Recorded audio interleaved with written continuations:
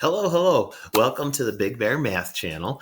We're working through our algebraic foundation right now. So we're building some really strong skills from the ground up. And today is one of my absolute favorite topics. We're going to talk about adding and subtracting expressions.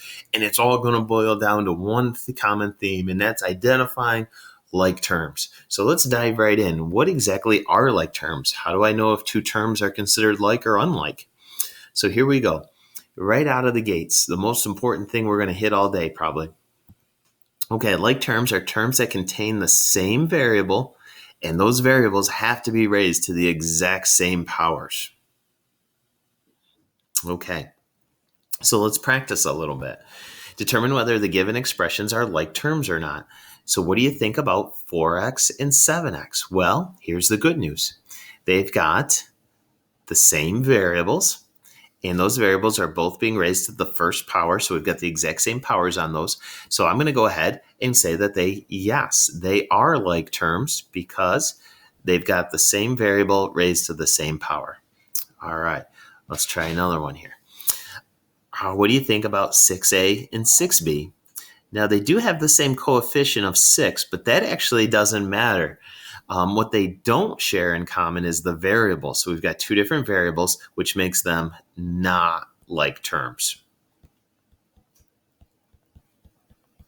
So I would not be allowed to add, subtract, or combine these two terms in any shape or fashion.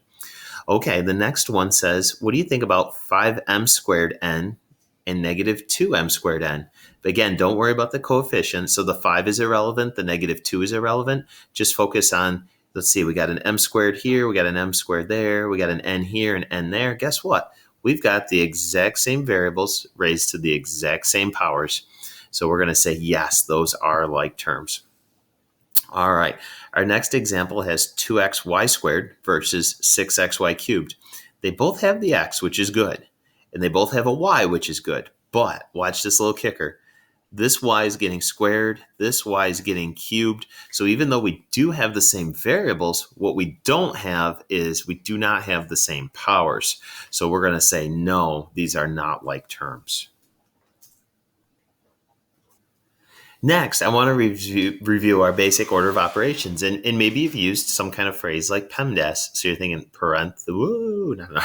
parentheses followed by exponents. And then I'm going to do all my multiplication and division from left to right. And then I'm going to do all my addition and subtraction from left to right. And this PEMDAS phrase kind of helps you remember what order of operations to do your simplifying in.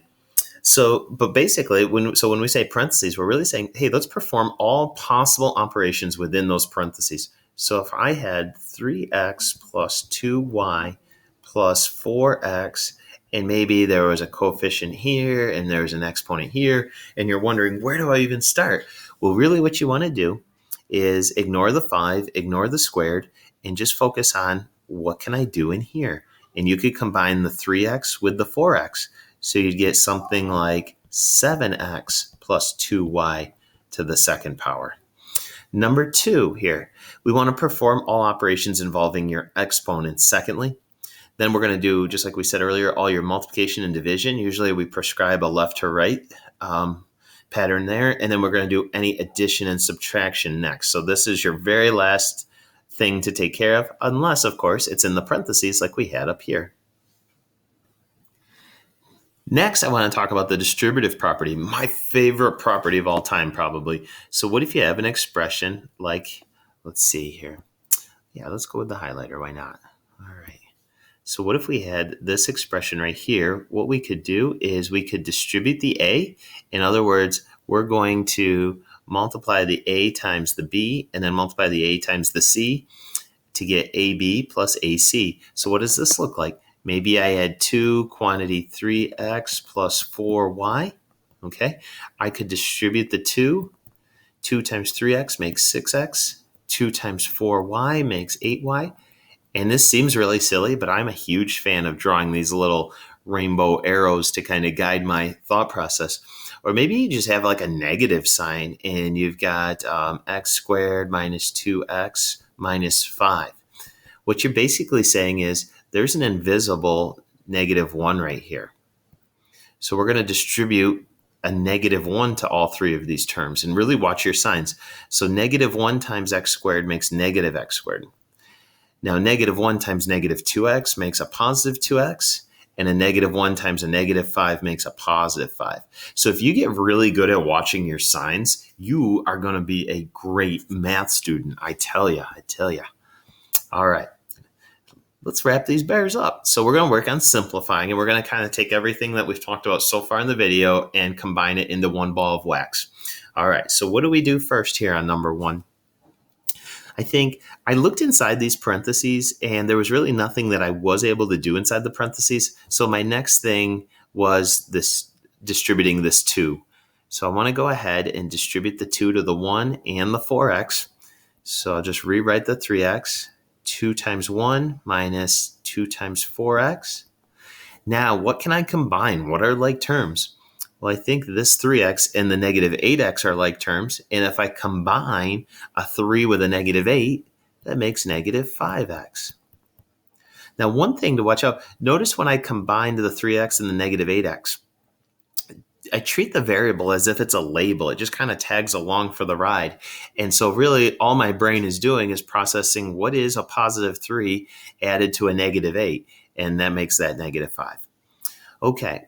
Number 2, I want you to basically pretend there's a positive 1 in front of these parentheses and a -1 in front of these parentheses. So distributing a positive 1, it's going to get rid of your parentheses and make 7m plus 6.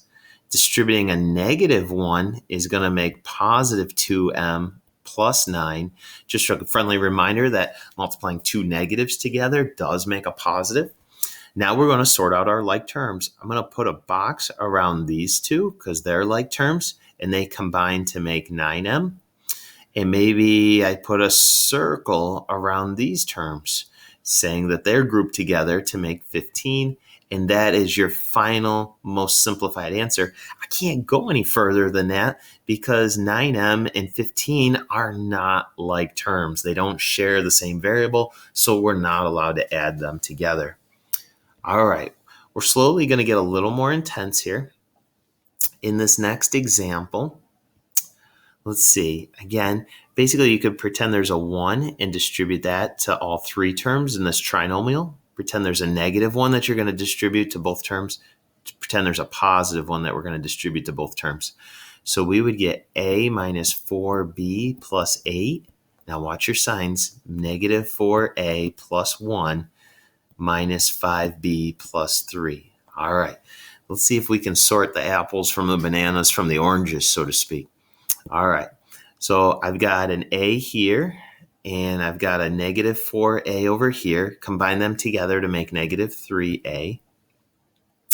The next thing I've got is I've got a -4b and a -5b, which I could combine to make -9b.